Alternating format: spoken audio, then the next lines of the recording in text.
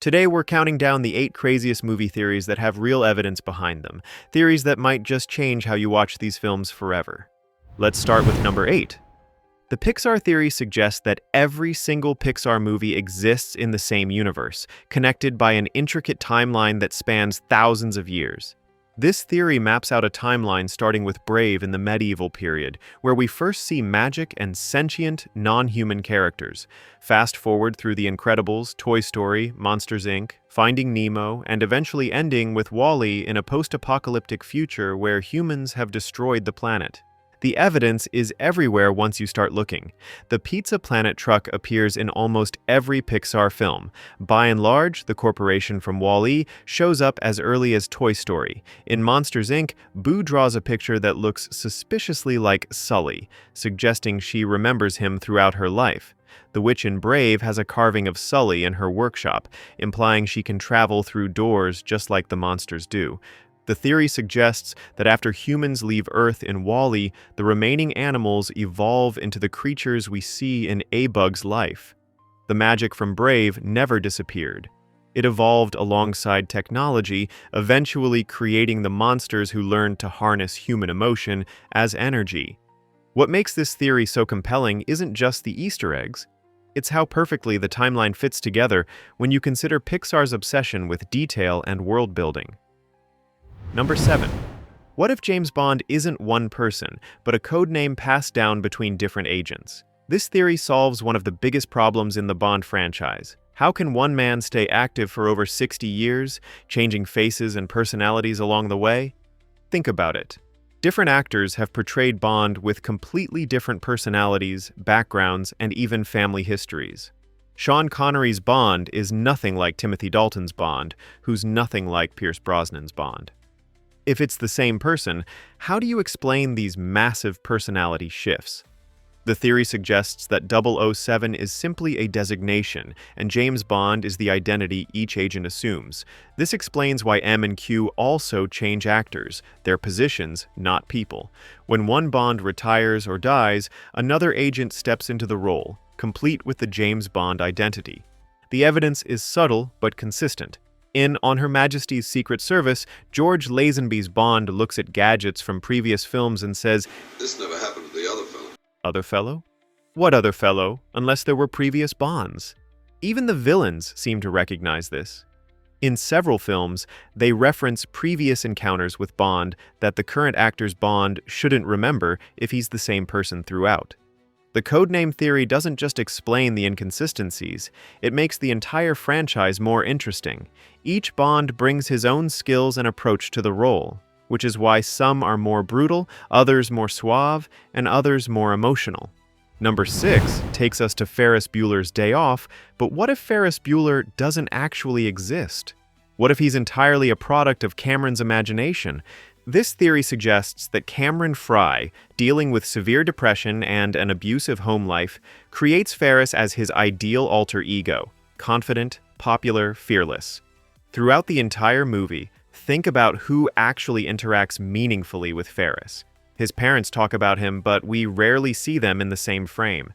His sister Jeannie is obsessed with him, but that could be Cameron projecting his own family issues. The most telling evidence comes from Cameron himself. He's the one with the real problems: the sick father, the valuable car, the fear of confrontation. Ferris represents everything Cameron wishes he could be. When Ferris gives his philosophical speeches about life moving fast, those are Cameron's thoughts, his realizations about needing to take control of his life.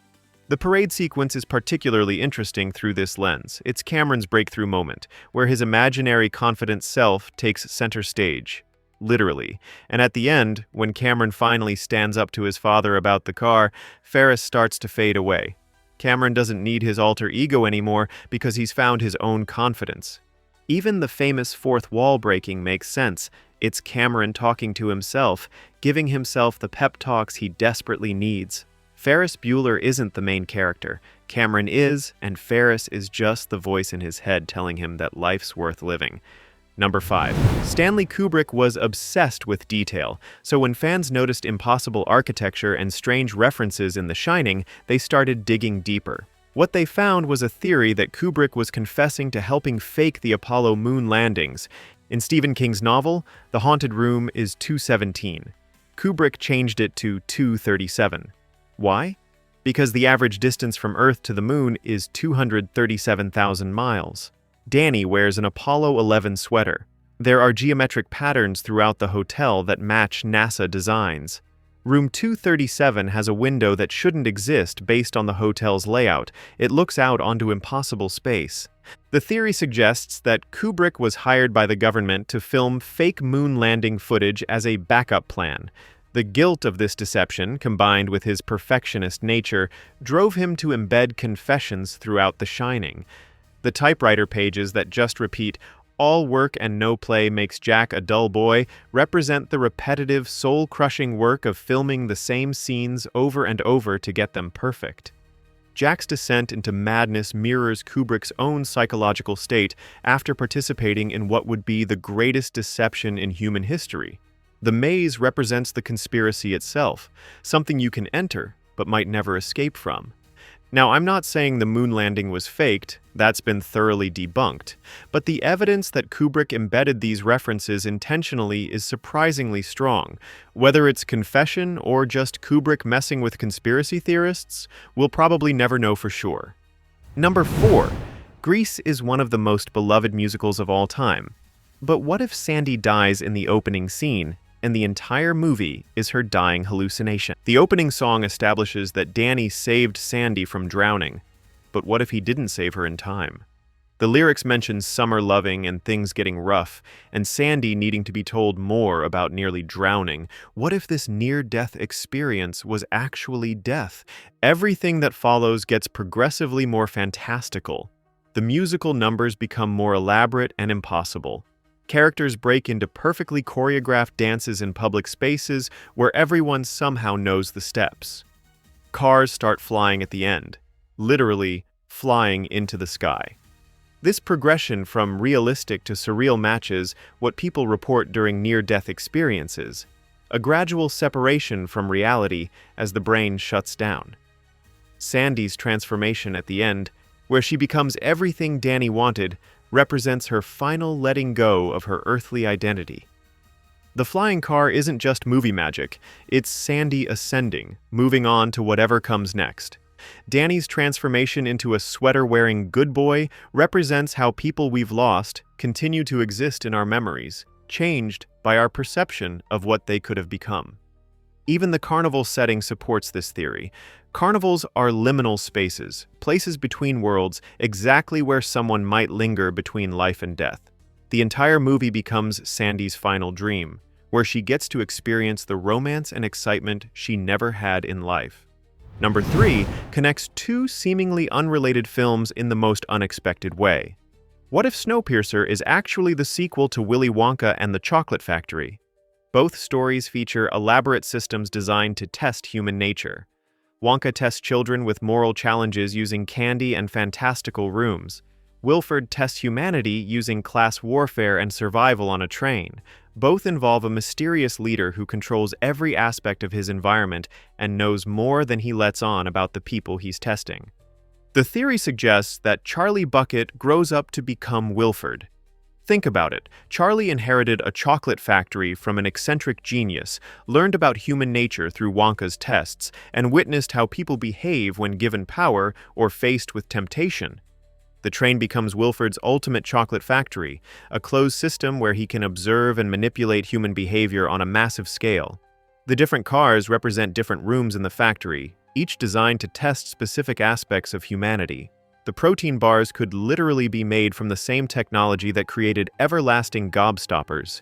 Both films feature children being selected and tested, mysterious confections that sustain life, and elaborate mechanical systems that seem to run on their own but are actually carefully controlled. Even the revelation that the revolution was planned all along mirrors how Wonka orchestrated Charlie's entire experience. The environmental disaster that forced humanity onto the train could be the result of Wonka's industrial empire expanding globally, ultimately destroying the planet in the pursuit of perfection. Charlie, Now Wilford recreates Wonka's testing environment on a global scale, using the train as his laboratory for the future of humanity. Number 2 takes us to Agrabah, but what if Aladdin doesn't take place in the past at all? What if it's set in a post-apocalyptic future?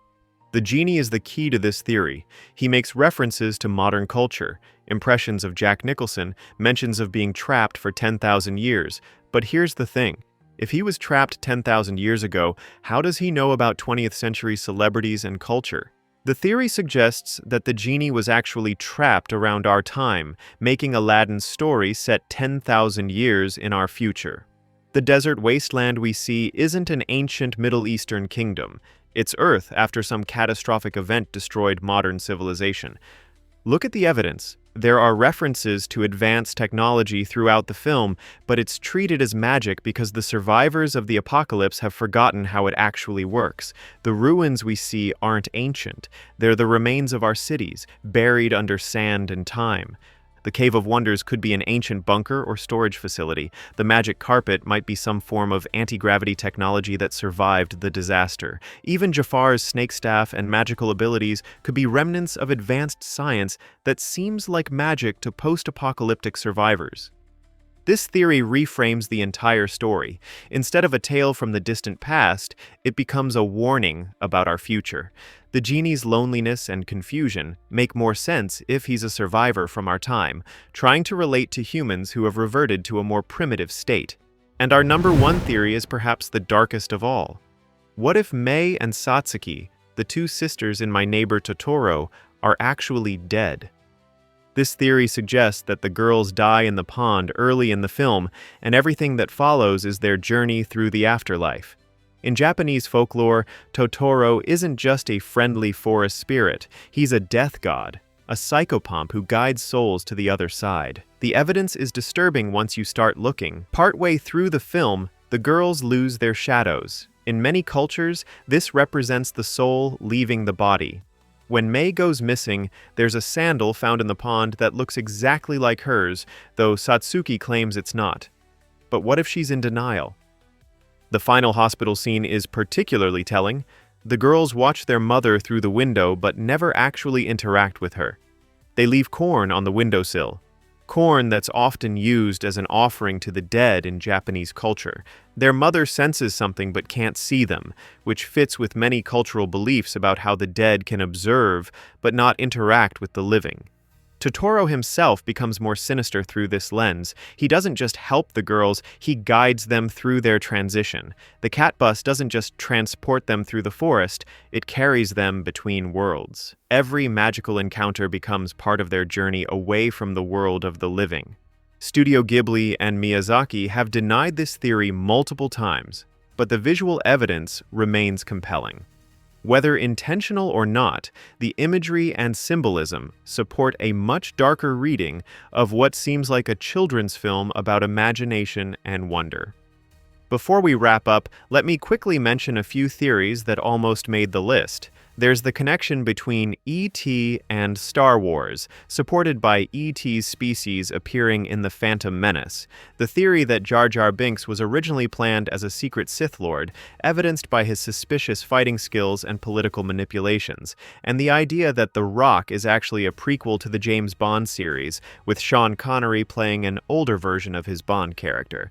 So which theory convinced you the most? Let me know in the comments below, and if you have any theories I missed, I'd love to hear them. Don't forget to subscribe.